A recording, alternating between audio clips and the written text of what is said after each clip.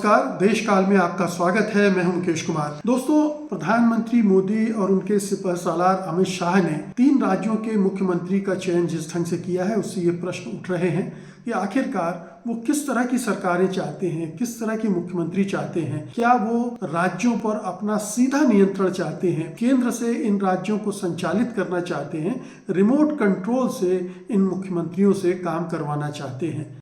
अगर ऐसा है तो क्यों है, ये समझने की बात है। देखिए, मोदी जी बहुत ही खुद को असुरक्षित मानने वाले नेताओं में से हैं। गुजरात का जो उनका अनुभव था और जिस तरह से राष्ट्रीय अंतर्राष्ट्रीय स्तर पर उनकी बदनामी हुई गुजरात दंगों की वजह से, उसके बाद से उन्होंने गुजरात सरकार को जिस ढंग से बनाया, जिसमें एक व्यक्ति ही सब कुछ है, मुख्यमंत्री ही सब कुछ है, बाकी कोई कुछ नहीं है, और जो भी कद्दावर नेता थे उनको एक एक करके उन्होंने बाहर कर दिया, सरकार से बाहर कर दिया, पार्टी में किनारे लगा दिया।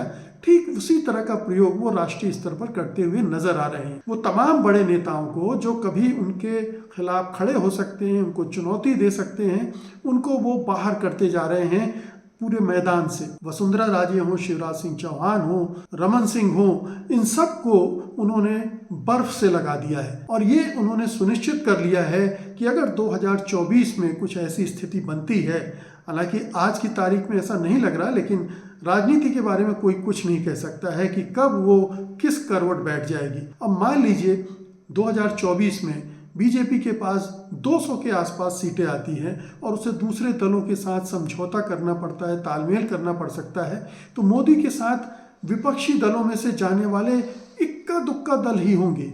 273 की संख्या पाना बड़ा मुश्किल होगा, और तब कोई एक ऐसा नेता सामने आ सकता है जिसकी स्वीकृति ज़्यादा हो विपक्षी दलों में, जो क्षेत्रीय दल हैं। और ऐसे में शिवराज सिंह चौहान जैसे नेता भारी पड़ सकते हैं, और मोदी जी की जो योजना है अनंत काल तक शासन करने की, उस पर पानी फिर पड़ सकता है। तो ये एक पूरा गेम प्लान उनके दिमाग में है कि कोई भी बड़े कद का नेता रहने न दो, कोई भी जनाधार वाला नेता पार्टी में रहने मत दो, उसको दरकिनार कर दो, उसको खारिज कर दो, उसको ख़त्म कर दो। एक तो लक्ष्य ये है।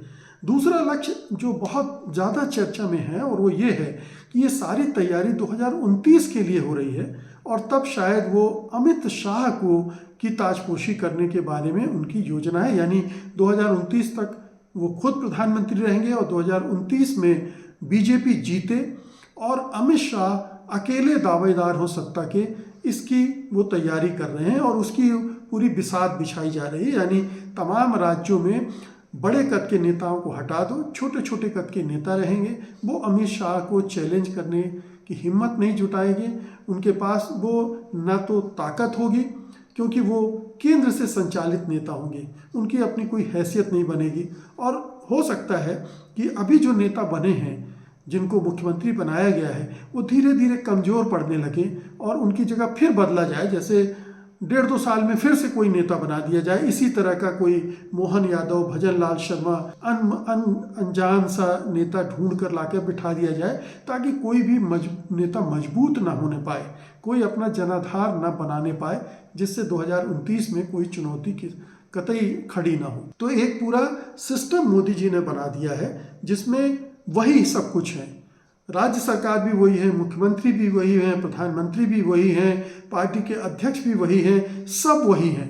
भले ही उन पदों पर ना बैठे हों, लेकिन मोदी की सत्ता हर जगह चल रही है। मोदी के पास हर जगह की चाबी है, और उसी चाबी से वो पार्टी भी चला रहे हैं, राज्य की सरकारें भी चला रहे हैं, और केंद्र की सरकारें भी चला रहे हैं। ये उन्होंने एक अद्भुत गवर्नेंस का मॉडल और पार्टी चलाने का मॉडल और सरकार का मॉडल बना लिया है, और उसी के आधार पर ये सारी जुगत वो कर रहे हैं। तो ये जो 3 मुख्यमंत्री बने हैं, इनको इसी तरह से देखा जाना चाहिए। ये कठपुतली मंत्री हैं, दोनों को मुख्यमंत्री बना के उन्होंने अपने कब्जे में रखा है। ये रबर स्टैम्प की तरह काम करेंगे। ये स्वतंत्र, खुद मुख्तार मुख्यमंत्री नहीं होंगे, अपने से फैसले लेने वाले मुख्यमंत्री नहीं होंगे। इनके फैसले दिल्ली में पीएमओ द्वारा लिए जाएंगे, इन्हें केवल उनको पालन करना उनका। ये आज्ञाकारी मुख्यमंत्रियों की फौज होगी, जो कि ऊपर से मिलने वाली आज्ञा का पालन करेगी। इसके पास अपना दिमाग, अपना विवेक नहीं होगा। धन्यवाद।